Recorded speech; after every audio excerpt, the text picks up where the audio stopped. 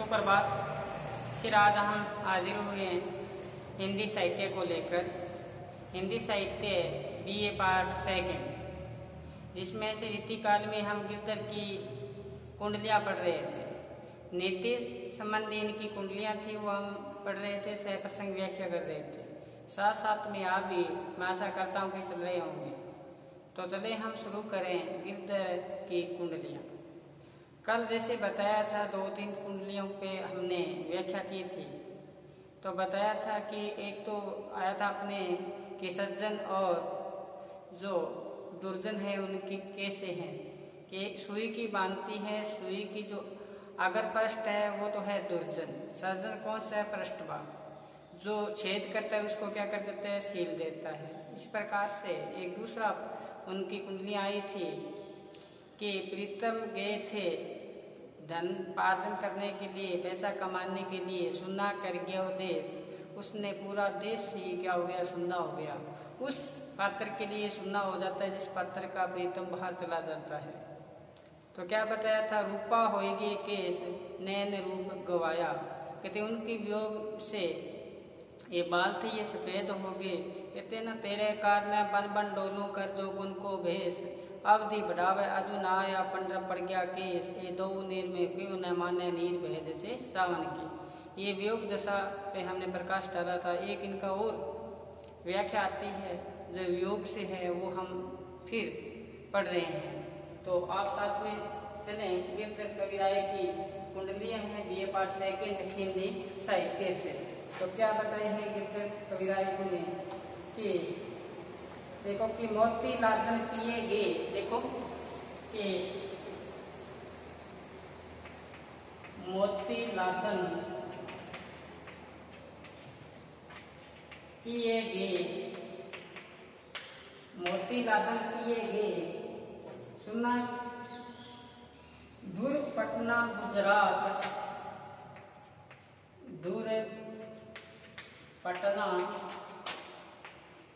गुजरात। आगे देखो, मोती मिले न पीयू मिले, मोती मिले न पीयू पिए मिले, मोती मिले न पिए मिले, युग भरी बीती रात, युग भरी बीती रात। आगे देखो, युग भरी बीती रात, युग भरी बीती रात। आगे देखो, विरहनी आन सतावे, विरहनी आन सतावे, मोती लादन पिए गे सुना करके देश, दूर पटना गुजरात, मोती मिले न पियो। तो पैसा कमाने के लिए कौन गए हैं? प्रीतम गए हैं। उसके पीछे वियोग की क्या दशा होती है उसके बारे में बताया है। युग भरी बीती रात, विरहनी आन सतावे, सौंप पड़ी बद नारी, पिए को लेखो न आवे, कहे गिरधर कविराय, कहे गिरधर कविराय, गोपिका यह कहे रोती, गोपिका यह कह रोती, यह कह रोती, आग लगे वह देश, आग लगे वह देश, देश जहाँ उपजती है मोती, जहाँ उपजती है मोती। तो मोती लादन पिएगे दूर पटना गुजरात, मोती मिले न पियो मिले, युग भरी बीती रात, युग भरी बीती रात, विरहनी आन सतावे, चौंक पड़ी बस नारी पिए को लेखो न आवे, कह गिरधर कविराय, गोपिका यह कह रोती, आग लगे वह देश को जहाँ उपजते हैं मोती। तो ये उस नारी की दशा का वर्णन है जिसका प्रीतम बाहर चला जाता है पैसा कमाने के लिए, तो मोती लाने के लिए, धनोपार्जन करने के लिए बाहर चला जाता है। उसके पीछे वियोग में उस गोपी की, उस नायिका की क्या दशा होती है, तो गिरधर कवि राय ने यहाँ पे बड़ी कुंडलियों के माध्यम से सुंदर वर्णन किया है। वियोग की दशा वही पात्र समझ सकता है जिस पात्र को वियोग दशा सताती है। वो कहते ना, लागी सो जाने कठिन लागन की पीर, लागी सो जाने कठिन लागन की पीर, बाहर गाव दिखे नहीं रोम रोम में पीर, विपत्ति पड़ा कोई नेड़े नहीं आवे, सुख में सबको सिर। ये मीरा ने कहा था वियोग वर्णन में। कहते हैं कि लागी सो जाने कठिन लागन की पीर, जिसको चोट लगती है वियोग दशा की वही जान पाता है, दूसरा जान नहीं पाता। जिस प्रकार से हाथ में उंगलियां हैं, ये एक पे चोट लगती है, पास वाली नृत्य करती है, उनको पीड़ा महसूस नहीं होती पास वाले को। तो यही बात इसमें है कि जो वियोग दशा जो झेलता है उसी पात्र को पता है, क्योंकि उस पात्र के प्रति इतना लगाव होता है, इतना प्रेम होता है, इतना आसक्ति का भाव होता है कि उसका प्रेम रोम रोम में रम जाता है। उनका प्रेम कहाँ रम जाता है? रोम रोम में रम जाता है। कहते हैं चाहो अनचाहो ज्ञान प्यारे पे घन आनंद रीति प्रीति विषम सुम रोम रोम रमी है, मोहे तुम एक मौसम अनेक कहाँ चंद चकोरण की कमी है। कहते चाहे प्रेम करो चाहे न करो, आपका प्रेम और मेरा प्रेम ऐसा मिला हुआ रोम रोम में मिल गया। कहते हैं कि मोही तुम एक मौसम अनेक, मेरे लिए आप हो, मेरे समान लाखों हो, कहाँ चंद चकोरण की कमी है। तो गिरधर कवि राय यहाँ पे क्या बताना चाहते हैं कि मोती लादन पिए गए, पिए का आशय प्रीतम गए हैं क्या लेने, मोती लेने, धन लेने के लिए गया है। कहाँ गया है? धुर पटना गुजरात, वहां से पटना गया है, पटना से कहाँ गया है? गुजरात गया है। क्या लेने? धन कमाने के लिए, अपना परिवार पालने के लिए। तो अब गया है, पीछे वियोग दशा सताई किसको? उसकी पत्नी को, उसकी गोपी को। तो क्या बताया? न तो क्या मिला? मोती मिला, न पीयू मिला। अब लेने तो गए, वहां पे उनको मोती नहीं मिले। अब मोती नहीं मिले तो इधर से वियोग दशा किसको सताई? उसकी गोपिका को। वो कहते न तो मोती मिले न पीयू मिला। और क्या बताए? युग भरी बीती रात, उनके वियोग में एक एक रात वो कैसे लगी? युगों के बरोबर लगी। देखो ऐसा रात लगी, एक रात व्यतीत करना ऐसा लगा कि युग के युग बीत गई। वो कहते ना, भोरते सांझ कानन और निहारती, बावरी नेकू ने हारती। जिसका प्रिय बाहर चला जाता है वो सुबह से लेकर शाम तक, शाम से लेकर सुबह तक उसी रास्ते को देखती है जिस रास्ते से उसका प्रीतम गया है। बहुत महत्वपूर्ण बात है कि भोरते सांझ कानन और निहारती, बावरी नेकुना हारती। उनके वियोग में वो क्या बन जाती है? बावली बन जाती है। जैसे मीरा ने कहा था, लोग कहे मीरा भई बावरी, सास कहे कुल्ला सीरे। कहते हैं कि लोगों ने तो ऐसा सोचा कि मीरा बावली हो गई है, और सास ने कहा तो कुल को नाश कर दिया। ये वियोग दशा में हुआ उनको कृष्ण के प्रति। तो यहाँ गोपी को सता रहा है कि युग से बीती हुई रात लगी ऐसी, युग भरी बीती रात विधनी आन सतावे, उसको वियोग दशा सता रही है, न तो नींद आ रही है। कहते हैं सोयो ने सोइबो, जागो न जागिबो, एक सी अनोखी लागन लागी है। कहते हैं वो जिस पात्र का प्रिय बाहर चला जाता है वो न तो सो पाती है न वे जाग पाती है। ऐसी दशा हो जाती है, न जाग पाती है न सो पाती है। तो यही बात इसे बताइए, विरहनी आन सता रही, इसको वियोग सता रहा है। अब जो क्या पड़ी? चौंक पड़ी बर्जनारी, बर्ज की जो गोपिका थी वो चौंक, अचानक चौंक पड़ती है कि किस लिए?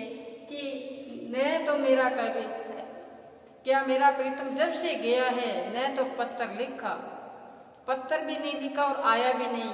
कहते न आप नहीं आवे लिखने भेजे बांध पड़े ललचावन की, न तो उसने जाके पत्थर लिखा, प्रेम पत्र नहीं लिखा है तो इसलिए वो चौंक पड़ी है, बस की वो नारी है, देखियो न आवे न लिखा ऐसा संदेश की मैं आऊंगा। तो आगे क्या बताए, कह गिरधर कविराय गोपी का यह कह रोती।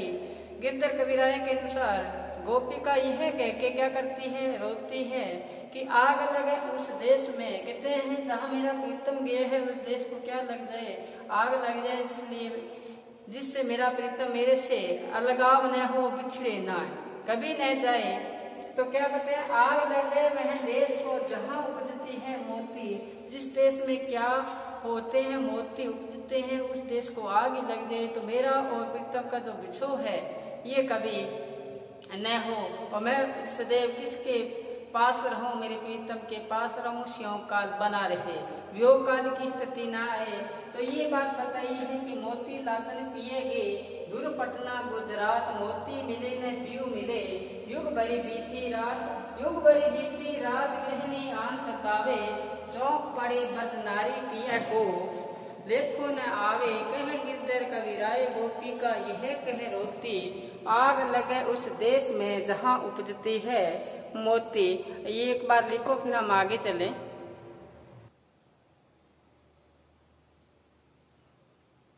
आगे चलें, देखो आगे क्या बताया है कुंडलियों में एक जगह कि दाड़िम के धोखे गयो,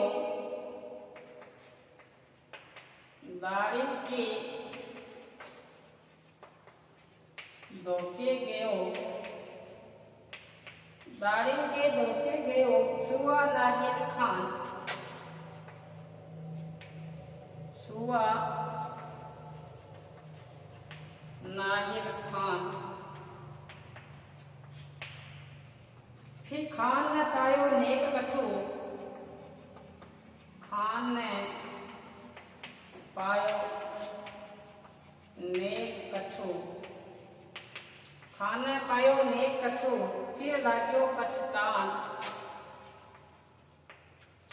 फिर लाग्यो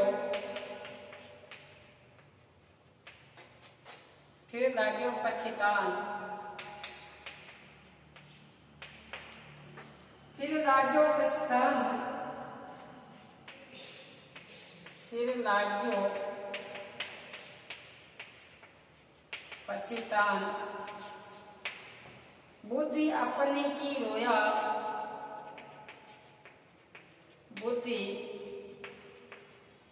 अपने की रोया, दाड़ी के धोखे गयो सुआ नारियल खान। आगे देखो, निर्गुणिया के संग बैठी, निर्गुणिया के संग बैठी,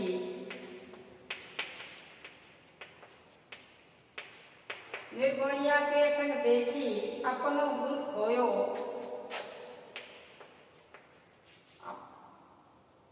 अपनो गुण खोयो,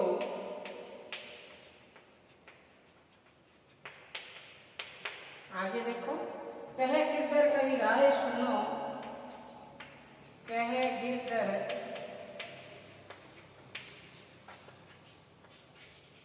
कविराय सुनो, सुनो हो मेरे नाखे, हो मेरे नाखे, गेओ झटका टूट चोंच, गेओ झटका टूट चोंच, चोंच दाड़िम के धोखे, दाड़िम के धोखे। इस कुंडली में क्या बताना चाहते हैं गिरधर जी कविराय, हमें ऐसे व्यक्तियों की संगति करनी चाहिए जो जीवन में फायदेमंद हो, जो जीवन में हमारे रास्ते का बाधक न बने, ऐसे लोगों की संगति करनी चाहिए। अगर पूरे व्यक्तियों के पास बैठोगे, खल व्यक्तियों के पास बैठोगे तो उन जैसे ही अपने अंदर क्या आएगी, बुद्धि आएगी, हमें ऐसे व्यक्तियों की संगति करनी है जो हमारे जीवन में, भविष्य में हमारे क्या हो, सहायता सिद्ध हो। अच्छी संगति करें तो हमारा समाज में, हमारा देश में हमें यश मिलेगा। नहीं तो क्या है, बुरे लोगों की संगति करोगे, खल व्यक्तियों की संगति करोगे तो अपयश ही मिलेगा इस समाज में। फिर बताया था ना कुंडलियों में कि सुई की भांति है, अगर पृष्ठ बनना चाहते हो या पृष्ठ बनना चाहते हो, अगर बनना चाहते हो वही बन जाओ। अगर आगामी पृष्ठ बनना चाहोगे तो लोगों को क्या करते रहोगे, सदैव पीड़ा ही पहुंचाओगे। उनका जन्म इसीलिए होता है कि लोगों को क्या करता रहे, सदैव सताते रहे, उनको कष्ट डालते रहे। तो ऐसे लोगों से गिरधर जी कहते हैं सावधान रहना चाहिए, ऐसे लोगों की संगति नहीं करनी चाहिए। एक तोते के माध्यम से हमें समझाया है, क्या बताया है कि दाड़िम के धोखे गयो, दाड़िम खाने के धोखे से गया है सुआ नारियल खान। खाता तो दाड़िम है, अनार खाता है कौन, सुआ, लेकिन भूलवश उसको समझ लिया, नारियल को दाड़िम समझ लिया, इसलिए वो खाने के लिए दौड़ पड़ता है। तो क्या बताए, खान न पायो नेक कछु, जैसे नारियल पे चोंच मारी तो उसको खा नहीं पाया, क्योंकि उसकी जो परत है वो क्या होती है, कठोर होती है, वो खा नहीं पाया। खा न पायो नेक कछु, फिर लाग्यो पछतान, फिर पछताने लगा कि गया तो था खाने के लिए, धोखे में आ गया। अब देखो यहाँ भांति भांति के लोग हैं संसार में, जैसे तुलसीदास जी ने कहा था, तुलसी या संसार में भांति भांति के लोग, हिल मिल कर सो चालिए नदी नाव संजोग। हमें सभी के साथ मिलजुल कर चलना है। जैसे मैंने गत क्लास में बताया था, हमें अवगुण को क्या करना है, अवगुण को उठाना है, हमें गुणों को उठाना है, अवगुण को नहीं उठाना है। मैंने पहले बताया था, अवगुण को छोड़ देना है, जो बुरे हैं उनको छोड़ देना है, रहना उनके बीच है। उनमें भी बहुत से अच्छे गुण होंगे, उसको ही उठाना है।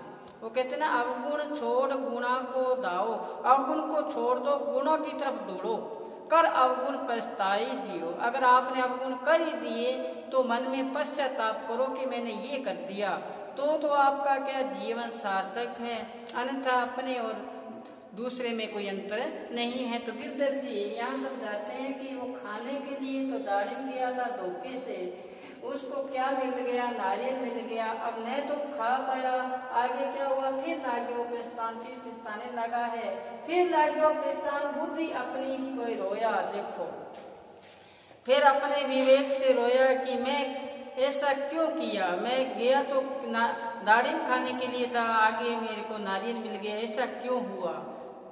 आपने जो कहते हैं खरबूजा को देखकर खरबूजा रंग बदलता है।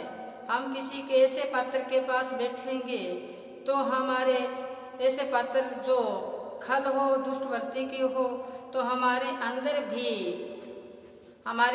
भी उन विचारों का समावेश हो जाएगा। हम भी उस विचारों से क्या हो जाएंगे, घर्षित हो जाएंगे, वो विचार हम में भी पनप जाएंगे। तो इसलिए ऐसे लोगों से क्या रहना चाहिए, सावधान रहना चाहिए। तो क्या कहते हैं आप, फिर लाग्यो पछतान, बुद्धि अपनी को रोया, अपनी बुद्धि पर रोया है। निर्गुणिया के संग बैठ अपनों गुण खोया, निर्गुणियों के संग बैठ अपनों गुण खोया। कहते हैं मैं तो गुणवान था, लेकिन मैं ऐसे लोगों के पास बैठ गया जो निर्गुण थे, जिसमें गुण नहीं थे।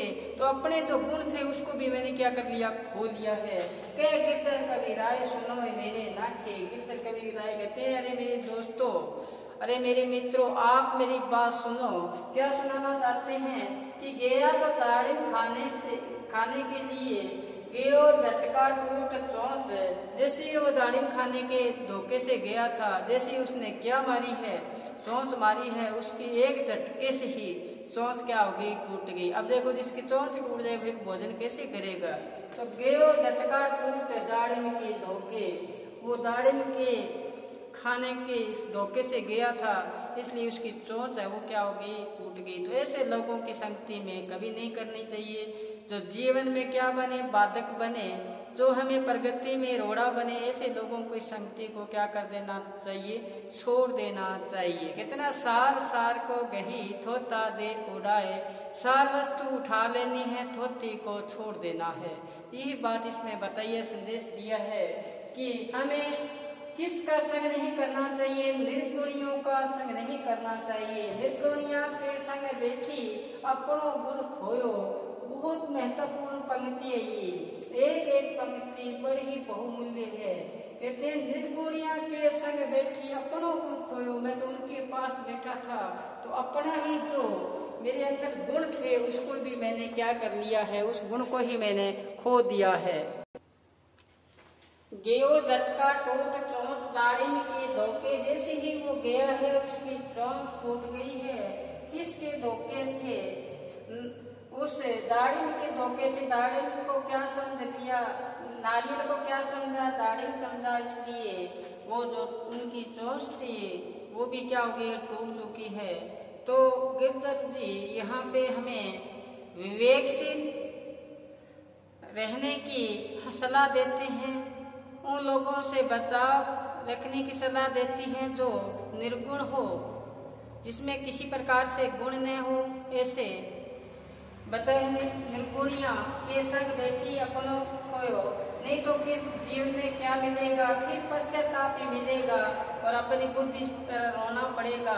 तो अनुप्रास यमक और भ्रांतिमान अलंकार के माध्यम से हमें ये बताया है कि भ्रम हो गया तो भ्रांतिमान अलंकार हुआ यहाँ पे कि उसने धोखे से कहाँ गया है, खाने के लिए, दाढ़ी खाने के लिए गया है और आगे क्या मिला उसको नारियल मिल गया। उसने झट से उस पे चोंच मारी और अपना जो चोंच थी वो झटके से क्या हो गई, टूट गई। फिर रोया है, फिर पछताने से क्या बनता है। कितना आप पछताए होत क्या जब चिड़िया चुग जाए खेत, क्योंकि उसका जो भोजन करने की चोंच थी वो भी टूट गई। ये टूटा कब, जब हम ऐसे व्यक्तियों की क्या करेंगे, संगत करेंगे जो हमारे जीवन में क्या बन जाएंगे, बाधक बन जाएंगे। ऐसे लोगों को छोड़ देना चाहिए। जैसे सूरदास जी ने कहा था, तज मन हरि विमुखन को संग, ऐसे लोगों को छोड़ देना चाहिए जो आपके रास्ते में ईश्वर के विरोधी है। कहते हैं जहाँ संग कु मति उपजती है परत भजन में भंग, ऐसे व्यक्तियों के पास बैठने से बुद्धि है वो कुमति हो जाती है और जो भजन कीर्तन करते हैं उसमें भंग पड़ जाता है। ऐसे व्यक्तियों की संगत छोड़ देनी चाहिए। और यही बात यहाँ गिरधर कविराज जी ने हमें बड़े ही अच्छे ढंग से समझाया है। ये अगर व्याख्या आती है तो आप आराम से इसको शब्दों को सीमा को बढ़ाते हुए बड़े सुंदर ढंग से आप कर सकते हो। मैं आशा करता हूँ दो व्याख्या आज हम टाइम निकल गया फिर भी दो व्याख्या हम समझ पाए। समझ में आया आपके कि इसमें क्या बताया है, मूल भाव क्या है, किस प्रकार से किसकी शक्ति करने से क्या फायदा है, क्या नुकसान है। तो आज बस इतना ही। घर पर रहें, सुरक्षित रहें और पढ़ते रहें। कल फिर मिलेंगे। धन्यवाद।